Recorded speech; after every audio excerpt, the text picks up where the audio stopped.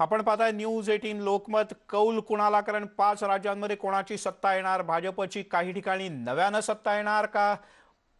पश्चिम बंगालमध्ये भाजपचं कमळ फडकतानाच आसाममध्ये आणि पुद्दुचेरीमध्ये भाजप आपली सत्ता कायम ठेवणार का? तृणमूल काँग्रेस हॅट्रिक करणार हे पाहणं महत्त्वाचं आहे आणि या क्षणाच्या सगळ्यात महत्त्वाच्या अपडेट्स आधी घेऊयात आणि मग पुढे जाऊयात. आपल्याला काय सांगतायत आकडे? तर तृणमूल काँग्रेसनं आता आघाडी अधिक घ्यायला सुरुवात केलेली आहे. 61 जागांवर आघाडी पोहोचली आहे, तर भाजपची आघाडी ही 58 जागांवर पोहोचली. 5ही राज्यांमध्ये मतमोजणीला सुरुवात झालेली आहे आणि आपल्याला आकडे असे सांगतायत की केरळमध्ये मतमोजणी थोडीशी संथ सुरू आहे, पुद्दुचेरीमध्ये आणखीन संथ सुरू आहे, पण तामिळनाडू, आसाम आणि पश्चिम बंगालमध्ये मतमोजणीला वेगानं सुरुवात झालेली आहे. तामिळनाडूमध्ये सत्ताधारी AIADMKचे पहिले कल आहेत, त्यात पुढे आहेत. पुन्हा एकदा तामिळनाडूमध्ये तिसरी टर्म AIADMKला मिळणार काय महत्त्वाचं असेल. तामिळनाडूमध्ये सुद्धा असंच राहिलेलं आहे, केरळसारखंच की 1 वर्ष एका पक्षाची सत्ता, पुढच्या वेळेला दुसऱ्या पक्षाची सत्ता. पण हा ट्रेंड याही वेळेला मोडणार. तर केरळमध्ये UDF आघाडीवर आहे. राज्यातल्या सुरुवातीच्या निकालांमध्ये UDF थोडीशी पिछाडीवर आहे, LDFला आघाडी मिळाली आहे. पण UDFचा जर का विचार केला तर मागच्या वर्षीच्या तुलनेत, मागच्या निवडणुकांच्या तुलनेत या वेळेला सुद्धा बरी कामगिरी आघाडीनं केली असं म्हणता येईल. आसाममधल्या अपडेट्स घेऊयात, कारण आसाममध्ये भाजपची सत्ता आहे. ही सत्ता भाजप कायम राखणार का? भाजपसमोर मोठं आव्हान आहे. पण आत्ताचे जे कल आहेत ते सांगतायत की भाजप 22 ठिकाणी आघाडीवर आहे, भाजप आणि मित्रपक्ष, तर काँग्रेस आणि मित्रपक्ष हे 12 ठिकाणी आघाडीवर आहेत. तर आणि पुढच्या काही खास अपडेट्स घेऊयात, अर्थातच माझा सहकारी अजिंक्यकडून मॅजिक वॉलवर. मिलिंद सर, मॅजिक वॉलवर आपण या सगळ्या अपडेट्स घेतो आहोत. आकडे नेमके काय सांगतात हे आपण बघणार आहोत आणि जे कल येत आहेत सुरुवातीचे आधी त्यानुसार आपण बघूया प्रत्येक राज्यातली स्थिती सध्याची काय. आपण सुरुवात करूया पश्चिम बंगालपासून. पश्चिम बंगालमध्ये सध्याची जी स्थिती दिसतीये, 125 जागांचे कल आतापर्यंत आलेले, त्यामध्ये 63 जागी सध्या तृणमूल काँग्रेस आघाडीवर आहे, तर 59 जागी भाजपला आघाडी मिळताना दिसतेय. आपण जर डिफरन्स बघितला, आपण जर फरक बघितला, तर गेल्या निवडणुकीच्या तुलनेत तृणमूल काँग्रेसच्या 30 जागा कमी होताना दिसत आहेत सध्याच्या कलांनुसार. हे कल आहेत, हे बदलत जाणार आहेत आणि येत्या काळात कदाचित काही वेगळं चित्र देखील आपल्याला दिसू शकतं. भाजपनं मात्र सध्याच्या सुरुवातीच्या कलांमध्ये जोरदार मुसंडी मारल्याचं दिसत आहे. 58 जागांची आघाडी भाजपला या सुरुवातीच्या कलांमध्ये दिसतेय. त्यामुळं भाजपचं पश्चिम बंगालमध्ये सत्ता मिळवण्याचं स्वप्न साकार होणार का हे बघावं लागणार आहे. हे सुरुवातीचे कल आहेत, हे कल सतत बदलत जातात. जे महत्त्वाचे जे आकडे सांगतायत आपल्याला त्यानुसार आपण जर बघितलं तर जे डावे पक्ष आहेत त्यांना खूप मोठा तोटा होतोय. 26 जागांचं नुकसान होतंय. सध्या फक्त 2 जागांवर डावे पक्ष आघाडीवर आहेत. त्यामुळे आपण जर सध्याचा विचार केला तर पश्चिम बंगालमध्ये काटेकी टक्कर आहे आणि कदाचित हे कल जर असेच कायम राहिले तर ही काटेकी टक्कर आणखीन कदाचित तीव्र होऊ शकते. आपण हे आकडे सतत बघतो. आपण एक इम्पॉर्टंट फाईट्सचा विचार करूया. आपण जर इम्पॉर्टंट फाईट्सचा विचार केला तर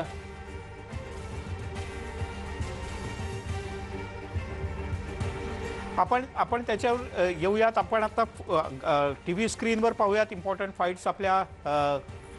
तरंग गोगोई विरुद्ध लुरिनज्योती गोगोई यांच्यामध्ये प्रामुख्याने लढत आहे. आसाम गण परिषद विरुद्ध भाजपा. या नंतरची मुख्य लढत आसाममधली आणखी ध्रुवज्योती गोगोई विरुद्ध लुरिनज्योती गोगोई. या आसाम गण परिषद विरुद्ध काँग्रेस. आसाममध्ये अखिल गोगोई अपक्ष. अखिल गोगोई जर का तुम्हाला चेहरा आठवत असेल नीट बघितल्यानंतर, तर अखिल गोगोईनं अण्णांच्या आंदोलनामध्ये सुद्धा सक्रिय सहभाग घेतला होता. तर शुभमित्रा गोगोई काँग्रेसचे उमेदवार आहेत. दोन्ही तरुण चेहरे आहेत. शिवसागर या विधानसभा मतदारसंघातनं ते एकमेकांच्या समोर आहेत. तर आणखीन एक हाय प्रोफाईल लढत आसाममधली नाझिरा मतदारसंघातली देवव्रत सैकेई विरुद्ध मयूर बोरगोहान.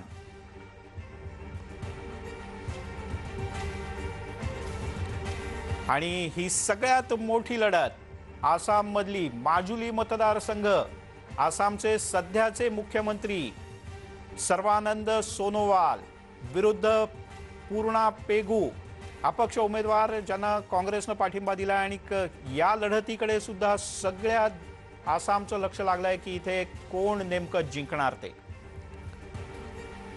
आपण आसाममधल्या महत्त्वाच्या मतदारसंघांमधले जे दिग्गज नेते आहेत त्याबद्दल बोलतो आहोत. आसाममधला बोकाखात मतदारसंघ, एजीपीचे अतुल बोरा विरुद्ध अपक्ष जितेन गोगोई अशी ही थेट लढत होणार आहे आणि या लढतीकडे देखील सगळ्यांचंच लक्ष लागलेलं होतं. आसाममधले महत्त्वाचे मतदारसंघ आपण पाहतो ज्या ठिकाणी अनेक दिग्गजांची प्रतिष्ठा पणाला लागलेली आहे. गोहपूर मतदारसंघ आहे, काँग्रेसचे रिपुन बोरा विरुद्ध भाजपचे उत्पाद बोरा असा थेट सामना रंगणार आहे.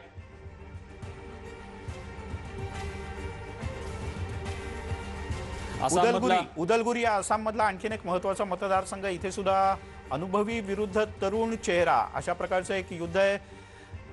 रिहॉन दायमारी हे बोडो आंदोलनातनं पुढे आलेले नेते, तर गोविंदचंद्र बासुमतारी हे युनायटेड पीपल फ्रंट लिबरल या पक्षाचे नेते, यांच्यामध्ये मुख्य लढत आहे. आसाममधली आणखीन एक मोठी लढत रंगिया मतदारसंघातली. भावेश कलिता हे भाजपचे उमेदवार आहेत, तर डॉक्टर बाबुल साहरिया हे आसाम गण परिषदेचे उमेदवार आहेत. हेमंत विश्व शर्मा विरुद्ध सोमेन चंद्र बोरठाकूर हे आसाममधल्या जलकुबरी या मतदारसंघातून परस्परांच्या विरोधात निवडणुकीच्या रिंगणात आहेत. आसाममधल्या शेवटच्या दोन आता लढती पाहूयात. रणजित कुमार दास विरुद्ध शंतनू शर्मा अशी लढत आसाममधल्या पटाच्या रुची या मतदारसंघातली.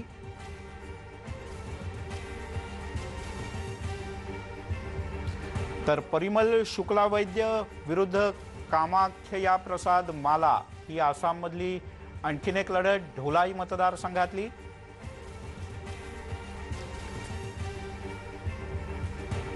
आपण प्रमुख लढती बघितल्या, पण सध्याची आसाममधली नेमकी काय स्थिती आहे? केरळकडे वळण्यापूर्वी आपण अजिंक्यकडनं एक अपडेट घेऊयात. अजिंक्य, मिलिंद सर, आपण आसामची सध्याची स्थिती काय बघूया, आकडे नेमकं काय सांगतायत बघूया. सध्याची जर आपण स्थिती बघितली तर 44 जागांचे कल हाती येत आहेत. त्यानुसार भाजप 29 जागांवर सध्या आघाडीवर आहे. 3 जागांचा भाजपला फायदा होतोय. काँग्रेस 14 जागांवर आघाडीवर आहे. 4 जागांचं नुकसान काँग्रेसला होतंय. म्हणजे आपण जर याचा आढावा घेतला तर काँग्रेसला कुठेतरी या 4 जागांचं नुकसान होतंय, तर बीजेपीला 3 जागांचा फायदा होतोय. आणि इतर जे पक्ष आहेत त्यापैकी एक ठिकाणी आघाडीवर आहेत. त्यामुळं इतर पक्षांना नेमकी किती मतं मिळतात, त्यांच्या मतांमध्ये नेमकी किती वाढ होते, जागा वाढवल्या जातात का, आणि नेमका कोणत्या पक्षाला याचा तोटा होतो हे पाहणं खूप महत्त्वाचं ठरेल. त्यामुळे आसामकडे देखील खूप बारकाईने लक्ष देण्याची गरज आहे. बरं, आपल्यासोबत आता जोडल्या गेल्या आहेत भारतीताई पवार, भाजपच्या खासदार आहेत नाशिकमधल्या. भारतीताई, आपलं स्वागत आहे न्यूज 18 लोकमतमध्ये.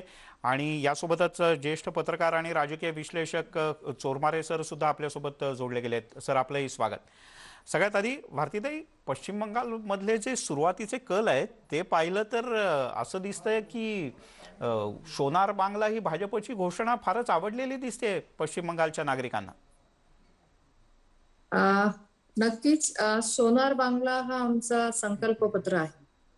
सुवर्णभूमी आमची पश्चिम बंगालची व्हावी या दृष्टीने भाजपाकडून तसा संकल्प केला गेलाय. कारण आम्ही सातत्याने बघतोय की तिथलं वातावरण आणि तिथे जो हिंसाचार आहे, भ्रष्टाचार आहे, त्याला लोक कंटाळलेत. 2019च्या लोकसभेच्या निवडणुकीमध्ये लोकांनी प्रचंड विश्वास आदरणीय मोदीजींवर दाखवला. तिथनं आमचे चांगले खासदार निवडून आले. मला वाटतं एक विकासाच्या दृष्टीचं नेतृत्व म्हणून त्यांनी स्वीकारलेलं आहे. आणि नक्कीच जे संकल्पपत्र केलं गेलं त्याच्यामध्ये अतिशय मूलभूत सुविधा असतील, मग त्या आरोग्याच्या असतील, शिक्षणाच्या असतील, ह्या सांगितल्या आहेत. आणि हे संकल्प हा आम्हाला पूर्ण करायचा आहे, या दृष्टीने हा आमचा सोनार बांगला आहे. पण त्याच वेळेला आसाममधली सत्ता कायम राखणार का तुम्ही? नक्कीच आसाममध्ये आमचे मुख्यमंत्री सर्वानंद सोनोवालजी यांनी गेल्या 5 वर्षात अतिशय चांगलं कामही उभं केलं आहे. आपण बघतो की आसाममध्ये कायम म्हणजे पुराची परिस्थिती कायम गंभीर असते. परंतु गेल्या 5 वर्षाने सातत्याने त्यांनी तिथे ते काम चांगल्या प्रमाणात केलं आणि बर त्याचबरोबर शिक्षणाच्या बाबतीतही मोठं काम केलं. मला वाटतं येणाऱ्या युवा पिढीला हे अपेक्षित आहे आणि त्यांनी नक्कीच तिथे विश्वास दाखवला आहे, आम्हाला अपेक्षा आहे. बर विजय चोरमारे सर आपल्यासोबत आहेत. विजय सर, जे पहिले कल येत आहेत पश्चिम बंगालमधले, ते असं दाखवत आहेत की तृणमूल काँग्रेस 68 ठिकाणी आघाडीवर आहे आणि 32 ठिकाणी तोटा पहिल्या टप्प्यात होताना दिसतोय. पण त्याच वेळेला भाजप 62 ठिकाणी आघाडीवर आहे आणि 61 ठिकाणी फायदा होताना दिसतोय. मला असं वाटतं पहिल्या 2-3 टप्प्यातल्या, म्हणजे पहिल्या 3 टप्प्यातल्या ज्या निवडणुका झाल्या त्यात बहुतांश ठिकाणी भाजपचा जोर होता. पण आत्ताचं जर का चित्र पाहिलं तर संपूर्ण पश्चिम बंगालच्या वेगवेगळ्या भागातून, म्हणजे अगदी पूर्व असेल, पश्चिम असेल, या सगळ्या भागातून हे निकाल आलेले आहेत, म्हणजे कल आलेले आहेत.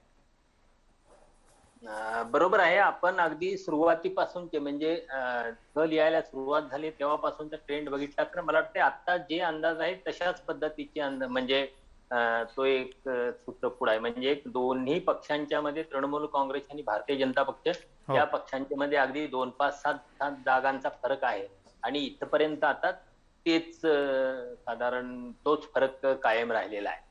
खर तर इथं फायदा तोट्याचा विचार करताना तो ही स्पष्ट आहे. त्याचं कारण असं की इथं भारतीय जनता पक्षाला होणार आहे तो म्हणजे इथं पश्चिम बंगालमध्ये जे निकाल येतील त्यात संपूर्णपणे फायदा असेल आहे तो भारतीय जनता पक्षाचाच असणार नाही. त्याचं कारण असं की गेल्या वेळी विधानसभेत फक्त 3 जागा असलेला भारतीय जनता पक्ष यावेळी पश्चिम बंगालची सत्ता स्वबळावर मिळवायची या उद्देशानं, या ईर्ष्येनं त्या निवडणुकीच्या मैदानात उतरलेला होता. त्यामुळे 3च्या वर जेवढ्या जागा असतील तेवढा भारतीय जनता पक्षाचा फायदाच असणार आहे आणि 200हून अधिक जागा मिळणाऱ्या तृणमूल काँग्रेसला या भारतीय जनता पक्षाचं जे काय आव्हान आहे ते आव्हान परतवून लावून तिथली आपली सत्ता टिकवायची आहे. त्यामुळे त्यांना जरी सत्ता मिळाली तरी तृणमूल काँग्रेसला अगदी काठावरचं बहुमत असेल, बहुमतापेक्षा फार थोड्या जागा मिळतील. त्यामुळे त्यांचं सुद्धा नुकसानच असणार आहे. यात खऱ्या अर्थाने जे नुकसान होणार आहे ते नुकसान होणार दिसतंय ते मला वाटतं डाव्या आघाडीचं आणि काँग्रेसचं नुकसान होईल असं दिसतंय. अर्थात ते किती आणि कसं नुकसान होतंय हे आपल्याला बघावं लागेल. भारतीय जनता पक्ष फायद्यातच राहणार आहे. खरंय. म्हणजे वेगळ्या शब्दात, भाजपच्या शब्दात सांगायचं तर आम्हाला गमवायला काही तिकडे नव्हतंच भाजपला, त्याच्यामुळे जो आहे तो फायदाच आहे असं भाजपचे नेते दावा करू शकतात. पुढच्या काही क्षणात आपल्यासोबत शिवसेनेच्या नेत्या नीलमताई सुद्धा जोडल्या गेलेल्या आहेत. काही क्षणात नाही, त्या जोडल्या गेलेल्या आहेत. नीलमताई, स्वागत आहे आपलं न्यूज 18 लोकमतमध्ये. विजयजी, आणखीन एक प्रश्न, म्हणजे या विजयाकडे पश्चिम बंगालमध्ये काय होतंय याकडे देशाच्या नजरा लागलेत, अनेक राजकीय राज्यातल्या लोकांच्याही नजरा लागलेत. म्हणजे केरळमध्ये काय होतंय याहीपेक्षा किंवा तामिळनाडूमध्ये काय होतंय याहीपेक्षा अधिक चर्चा आणि उत्सुकता आहे ती पश्चिम बंगालची. खरंच पश्चिम बंगालचे निकाल आत्ताचे जे कल आहेत त्या पद्धतीनेच राहिले आणि जर इथे भाजपची सत्ता आली तर एकूणच राजकारणावर फरक पडेल, त्याचा परिणाम होईल? खर तर पश्चिम बंगालची सत्ता जर भाजपनं मिळवली तर ते खरं तर खूप मोठी अचिव्हमेंट असणार आहे भारतीय जनता पक्षासाठी. कारण ज्या पश्चिम बंगाल ज्या पूर्व भारतातलं अत्यंत महत्वाचं राज्य आहे, जिथं लोकसभेच्या खूप मोठ्या संख्येने जागा आहेत, म्हणजे देशाच्या राजकारणावर परिणाम करणारं असं ते राज्य आहे. या राज्याची सत्ता मिळणं हे एकूण पूर्व भारतावर, म्हणजे आतापर्यंत म्हटलं कसं जायचं की भारतीय जनता पक्ष हा उत्तर भारतातला पक्ष आहे, दक्षिण भारतात त्यांना फारसं स्थान मिळत नाही, तर त्यांनी हळूहळू कर्नाटक काबीज केलेलं आहे. अन्य राज्यात त्यांना फारशी संधी मिळाली नाही. पण पूर्व भारतातही त्यांचं अजिबात तसं पूर्वेकडच्या राज्यांच्याकडे अजिबात काही स्थान नव्हतं. अगदी किरकोळ एकाच दुसरी जागा असायची, तर त्यात त्याने आस्थांची सत्ता मिळवली. अन्य छोट्या मोठ्या राज्यांच्या मध्ये काय राज्यपालांच्या करवी काय उलटापालटी घडवून आणून तिथं काही गणित बिघडवली. आता पश्चिम बंगालमध्ये ते संपूर्ण ताकदीनं उतरलेले आहेत आणि ते फक्त काही जास्त जागा मिळवण्यासाठी नव्हे तर संपूर्ण तिथली सत्ता मिळवण्यासाठी. म्हणजे पंतप्रधान नरेंद्र मोदी आणि अमित शहा यांनी निवडणुकीच्या सुरुवातीपासून अगदी निवडणूक आयोगाला हाताशी धरून या निवडणुकीचे टप्पे वाढवून घेण्यापासून नंतर करोना काळात सगळ्या देशातली परिस्थिती अत्यंत देश सगळीकडे चिता पेटलेला असताना त्यांनी प्रचारावर आपलं लक्ष ढळू दिलेलं नव्हतं, हे लक्षात घ्यायला लागेल आपल्याला. त्यामुळं एकूण काही करून पश्चिम बर. बंगालची सत्ता मिळवायची या उद्देशाने त्यांनी विजयजी, सगळं केलं होतं. नीलमताईंच्याकडे जाण्यापूर्वी तुम्ही जो मुद्दा मांडलात तो आपण भाजपच्या खासदार आहेत आपल्यासोबत भारतीताई, हा आरोप भाजपवर सातत्यानं झाला की तुम्ही सगळ्यांनाच हाताशी धरलं, सगळ्यांचाच वापर केला, अगदी निवडणूक आयोग सुद्धा. का बरं असं केलं तुम्ही? नाही, काय झालंय की पश्चिम बंगालची निवडणूक एक राष्ट्रीय मुद्दा बनवून टाकलेला होता यावेळेस. परंतु तुम्ही जर बघितलं तर मी एक खासदार म्हणून अगदी जाणीवपूर्वक बोलते की पश्चिम बंगालमध्ये केंद्राच्या जवळपास 115 योजना आहेत की ज्या तिथे लागू नाहीयेत. मग अगदी आरोग्याशी निगडीत आयुष्यमान भारत योजना असेल, पीएम किसान सन्मान योजना असेल, हे असं वंचित ठेवून का तुम्ही एक दुजाभाव करताय? आणि सातत्याने लोकांमध्ये तो रोष देखील होता. आम्हाला कुठलंही राजकारण करायचं नाही, आमचा एकच ध्यास आहे आणि तो विकास आहे.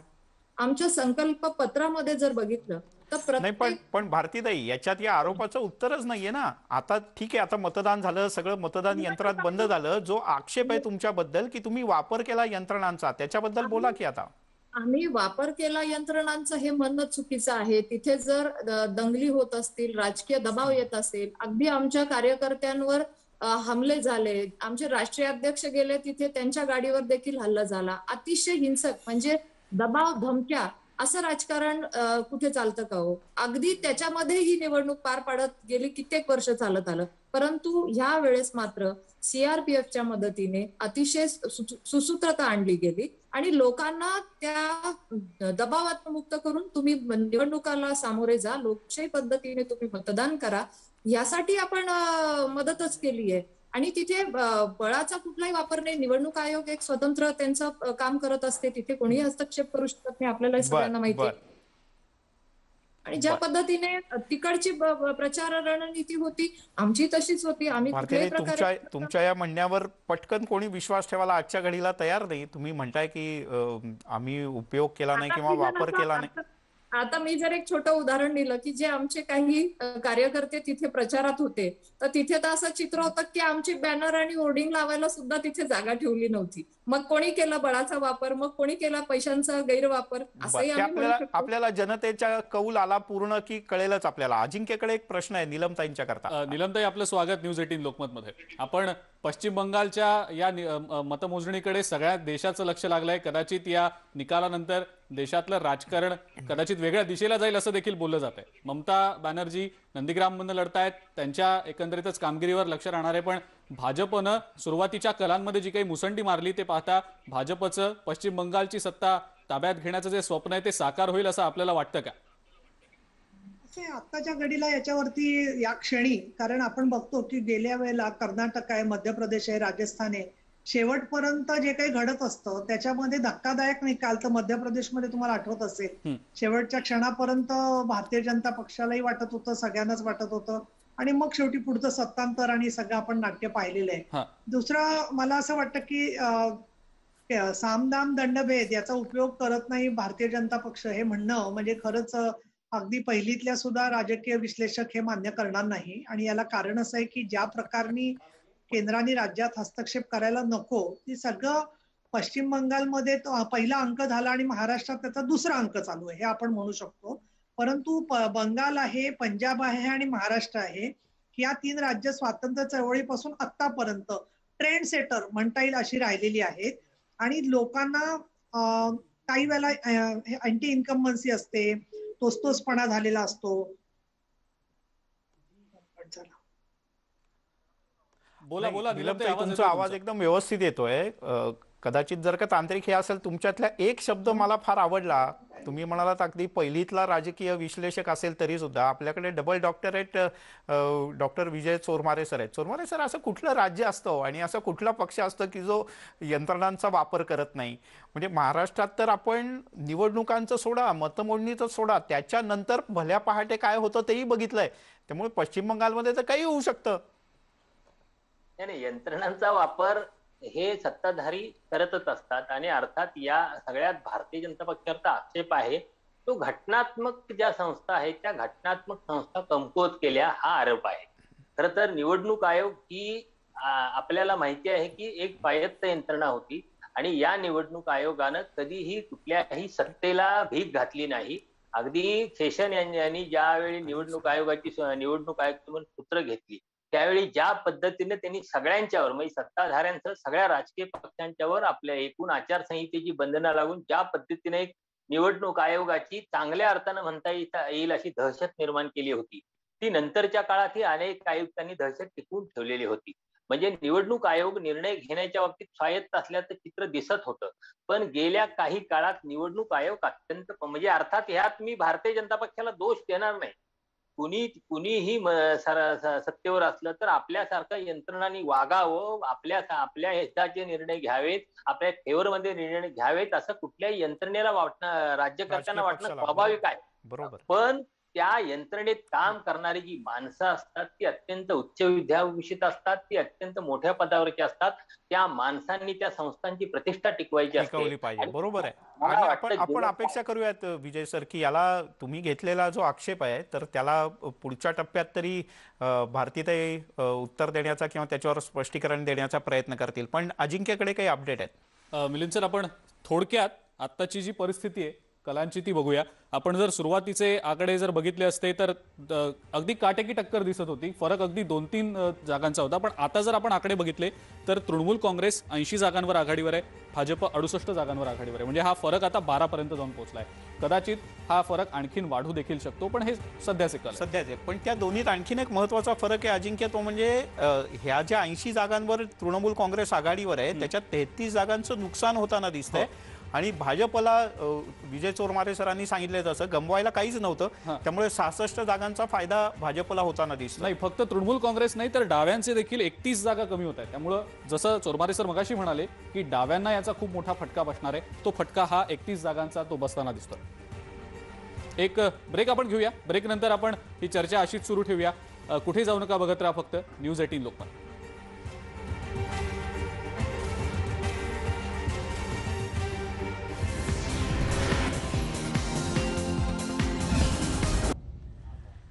ब्रेक नंतर आपल्या सगळ्यांचं पुन्हा एकदा स्वागत. आपण पाहताय न्यूज 18 लोकमतवर. कौल कोणाला 5 राज्यांमधल्या निवडणुकांची मतमोजणी सकाळी सुरू झालेली आहे. केरळ, पुदुचेरी, तामिळनाडू, आसाम आणि पश्चिम बंगाल. आणि महत्त्वाचे अपडेट, सुरुवातीला 5 राज्यांमध्ये मतमोजणीला सकाळीच सुरुवात झालेली आहे.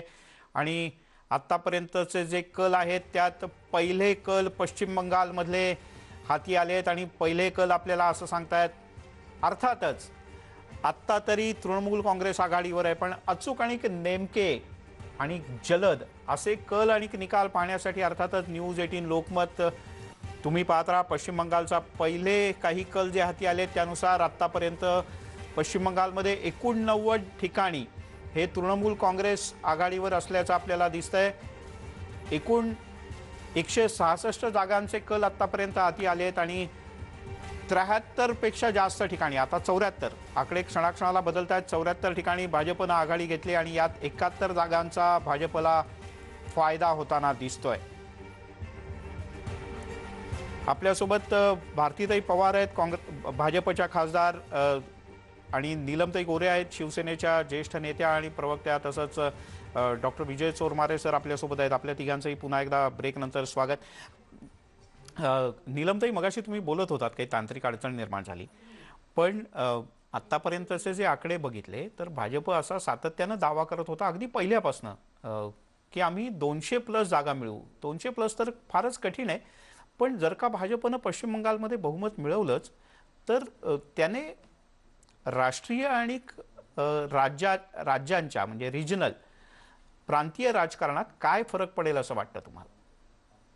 मुळामध्ये असं आहे की पहिली गोष्ट म्हणजे पश्चिम बंगालमध्ये असा निकाल लागेल असा आत्ताचे तर निकाल कल पाहिले तर काही असं वाटत नाहीये.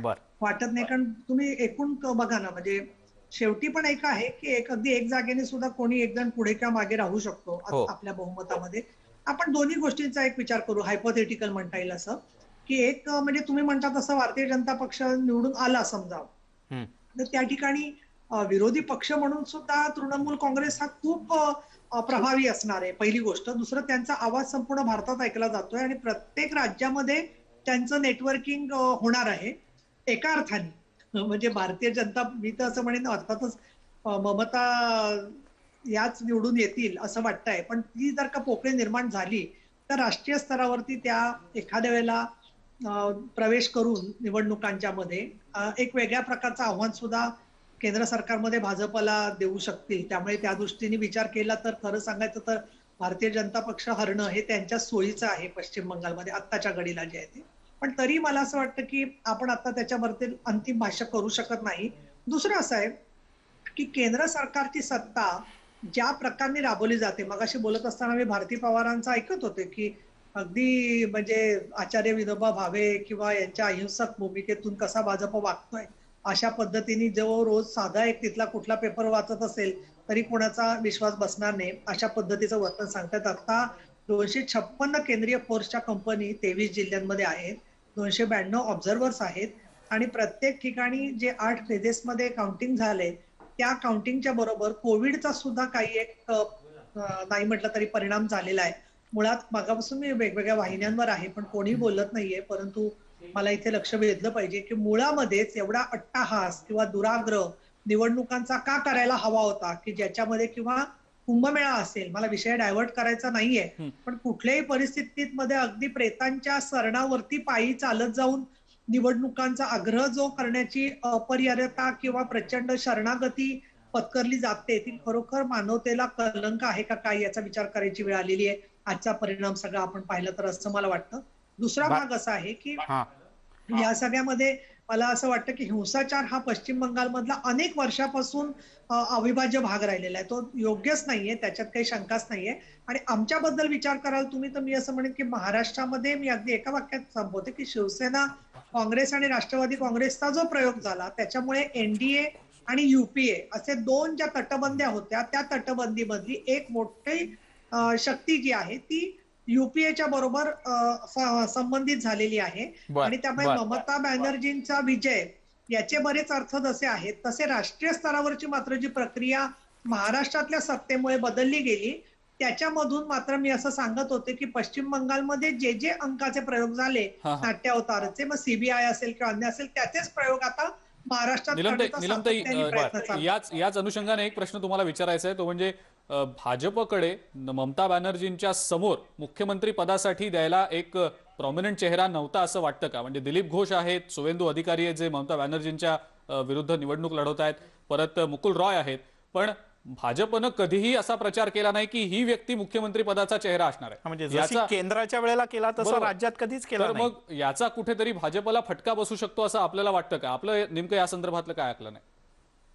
एक असं होतं की त्यांनी प्रयत्न केला ना, गांगुलीला पुढे आणण्याचा प्रयत्न केला, पण बिचारा गांगुलींची तब्येतच बिघडायची प्रत्येक वेळेला त्यांच्याकडे जाण्याच्या कल्पनेत. आणि असं होतं की चेहरा द्यायला हरकत नाही, पण रजनीकांतचं सुद्धा कसं झालं पाहिलं आपण.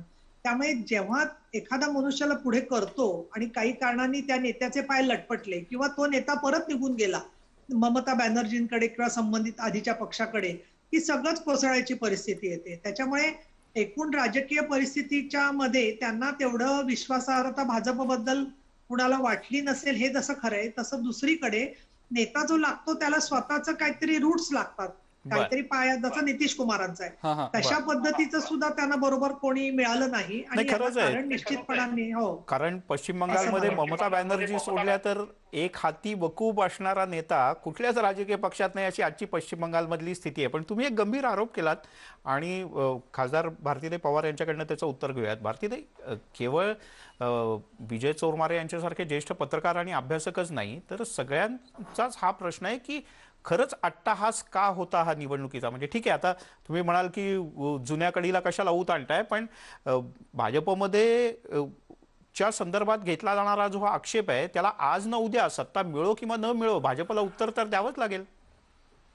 नक्कीच आपण उपस्थित केलेला प्रश्न हा कायमच चर्चेत असतो, कारण की जेव्हा निवडणूक आयोगाने जी भूमिका घेतलेली असते ती ते इंडिपेंडंट म्हणून घेत असतात, त्यांना पूर्ण अधिकार आहे आणि ते त्याच्याप्रमाणे कार्यक्रम घोषित करतात. हा एक क्रमांक झाला. दुसरा मुद्दा असा झाला की तिथे विरोधक असतील किंवा भाजप असेल यांना कोणालाही आक्षेप नव्हता. त्या गोष्टीवर जर विरोधकांनी आणि सगळ्यांनी मिळून जर कदाचित विनंती केली असती तर आज पुढे ढकलल्या असत्या निवडणुका. परंतु विरोधक काँग्रेसने प्रयत्न केला होता ना दिल्लीमध्ये निवडणूक आयोगाला भेटण्याचा, दीदींनी पण म्हटलं होतं, खरं तर प्रचाराच्या मी- वेळांपासून वेगवेगळ्या गोष्टींना आक्षेप होता, म्हणून तर शेवटच्या टप्प्यात प्रचाराची वेळ पण कमी केली. मी एक सबमिशन करते आणि जशी आता दुसरी लाट वाढत गेली आणि त्यावेळेला लक्षात आलं की आता हे धोक्याचं झालंय. स्वतः मोदीजींनी त्यांच्या सभा रद्द केल्या, आमचे बरेचसे कार्यक्रम रद्द झाले. परंतु जेव्हा निवडणूक घोषित झाली तेव्हा अशा काही गंभीर याचे हे नव्हत्या. आणि दुसरी गोष्ट, लोकसभेचं आता जे सत्र झालं, बजेट सेशन झालं, त्याच्यामध्ये विरोधकांनी सगळ्यांनी पत्र दिलं की लोकसभेचं बजेट सत्र आता कमी करा किंवा थांबवा, बरं, कारण इकडे ठीक आहे. निवडणुका. नीलमताईंकडे कदाचित काउंटर मुद्दा यायचा. नीलमताई, थोडक्यात, ब्रेकची वेळ झाली आहे, थोडक्यात. हा नाही, मला एकच सांगायचंय की शेवटी सुद्धा मोदी साहेबांची जी रॅली झाली त्या रॅलीमध्ये व्हर्च्युअल रॅली म्हणजे काय, म्हणजे एवढी त्याचं थट्टा आहे की त्यांनी मास्क लावलेले स्टेजवरच्या लोकांनी आणि समोरची लोक विदाऊट मास्क एकत्र बसलेली. याला काही म्हणजे कोविडचं प्रतिबंधात्मक किंवा संरक्षण म्हणता येईल का? आणि दुसरं असं आहे की निवडणूक आयोगाला जर का कॅटेगॉरिकली केंद्र सरकारने सांगितलं असतं की आता घेता येणार नाही, तर डिझास्टर मॅनेजमेंट अथॉरिटी ऍक्ट नुसार केंद्र सरकारचा सल्ला त्यांना मानावा लागला असता असं मला वाटतं. अहो, राज्यपाल नियुक्त महाराष्ट्रातल्या 12 जागा करत नाहीयेत, हेच वेगवेगळी कारणं काढून राज्यपाल महोदय. बर नाही, तुमचा मुद्दा बरोबर आहे. आपण एक प्रश्न विजय चोरमारे सरांना घेऊन मग ब्रेक घेऊयात. सर, असं आहे ना की निवडणूक आयोगानं बंधनं घालायची आणि बाकीच्या सगळ्या राजकीय पक्षांनी हो हो म्हणायचं आणि मान डोलवायची, हे अगदी पंढरपूरपासून सगळीकडे आपण बघितलेलं आहे. असं आहे की नियम फक्त एकट्या भाजपला थोडीच होते, नियम तर तृणमूल काँग्रेसला सुद्धा होते, कारण ते निवडणूक आयोगानं घालून दिले होते. पण पश्चिम बंगालमध्ये कोणीच नियम पाळले नाहीत. बरोबर आहे तुमचा मुद्दा की हे सगळे असं म्हटलं जाऊ शकतं की हे सगळे आक्षेप तुम्ही भारतीय जनता पक्षावर घेता, बाकीच्यावर का नाही. पण भारतीय जनता पक्षावर आक्षेप घेतले जातात त्याचं कारण देशाची सत्ता तुमच्याकडे आहे. देशाचे पंतप्रधान म्हणून तुमची काही जबाबदारी होती. देशाचे पंतप्रधान म्हणून या कोविडच्या परिस्थितीत कोविड वाढू नये यासाठीच्या काही उपाययोजना करण्या किंवा तो वाढू नये यासाठीच्या आपल्या बाजूने काही पावलं टाकण्याची नैतिक जबाबदारी तुमच्याकडे होती. परंतु देशभर प्रचंड हाहाकार उडालेला असताना सुद्धा पंतप्रधान नरेंद्र मोदी लाखोंच्या सभा घेत होते आणि त्या सभेत आलेल्या लोकांचं कौतुक करत होते. हे मला वाटतं जास्त बेजबाबदारपणाचं होतं. बरोबर आहे. आणि म्हणूनच त्याला आक्षेप अशासाठी की तुमची जबाबदारी होती केंद्रातली सत्ता म्हणून, देशाचं नेतृत्व म्हणून. मला वाटतं आक्षेप इच्छा आहे, म्हणजे बेजबाबदार सगळेच वागलेत, पण जे ज्यांनी जबाबदारीने अधिक वागण्याची अपेक्षा होते त्यांच्यावर टीका होणंही स्वाभाविक आहे. भारतीताई, मला माहिती आहे की तुम्ही हात वर करताय, तुम्हाला याच्यावर उत्तर द्यायचं, पण अगदी एक छोटासा ब्रेक घेऊया आणि ब्रेक नंतर मग तुमचं उत्तर घेऊ की काय नेमकं भाजपचं यावरचं स्पष्टीकरण आहे. आणि की विजय चोरमारे सर म्हणतात ते बरोबर आहे. म्हणजे भाजपनं खरं तर धन्यवाद म्हटले पाहिजेत की अहो, तुमच्याकडनं अपेक्षा आहे म्हणून तर तुमच्यावर टीका होते ना.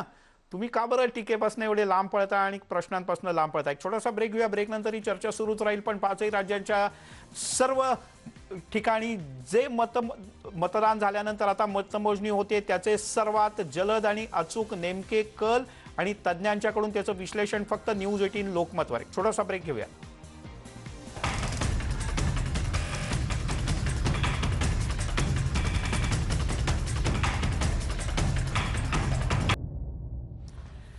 ब्रेक नंतर आपल्या सगळ्यांचं पुन्हा एकदा स्वागत. आपण पाहताय न्यूज 18 लोकमतवर. कौल कोणाला. आणि ब्रेक नंतर आपण ह्याच प्रश्नांवर बोलणार आहोत. सोबतच निवडणुकांचे जे कल, मतमोजणीचे जे कल येत आहेत ते देखील आपण बघणार आहोत. मात्र ते बघण्याआधी भारतीताईंना मला तो मगाचाच एक प्रश्न विचारायचा जो मी नीलमताईंना विचारला होता.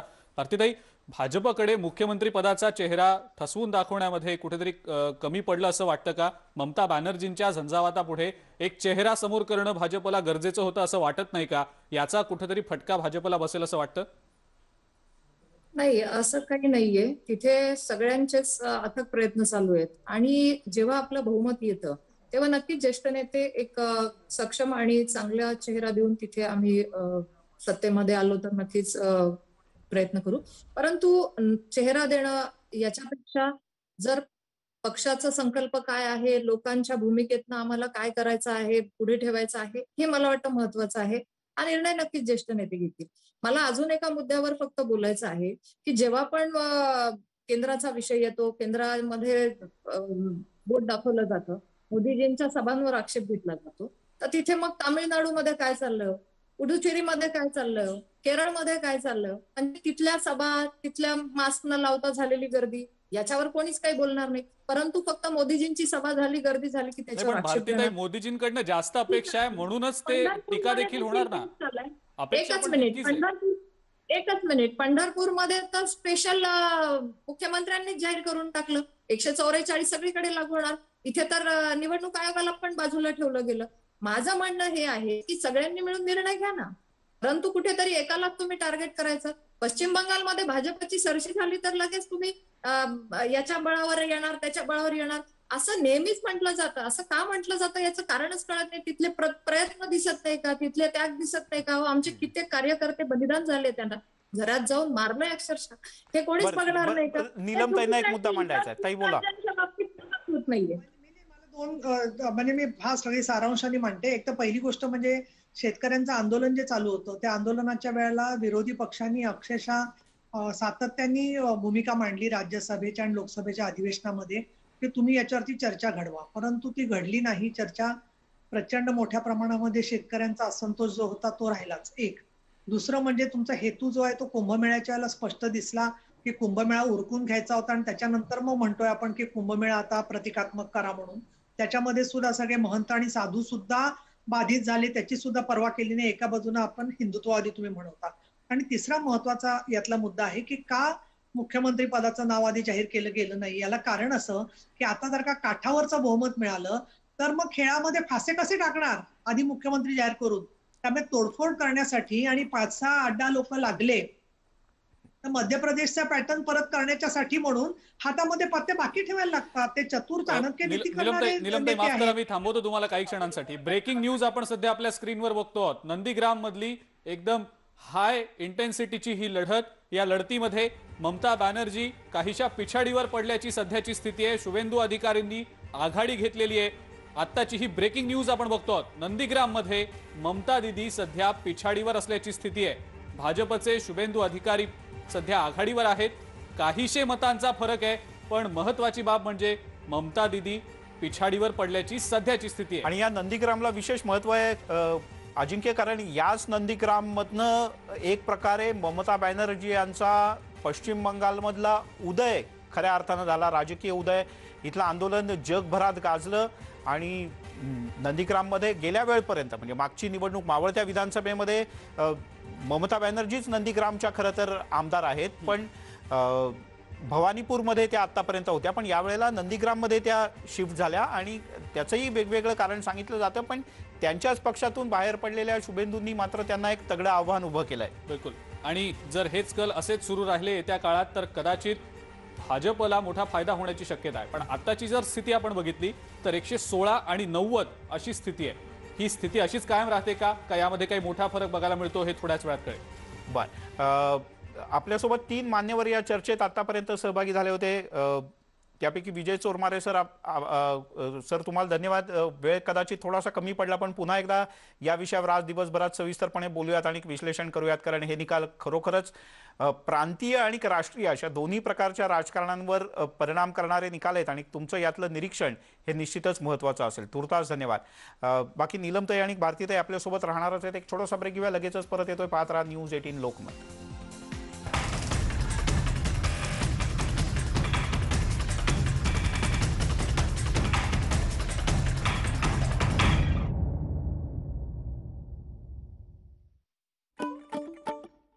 नवीन घेतला कनेक्शन आज पडतेही निघाला बकवा, मग सांग काय करायचं. जिओ फायबर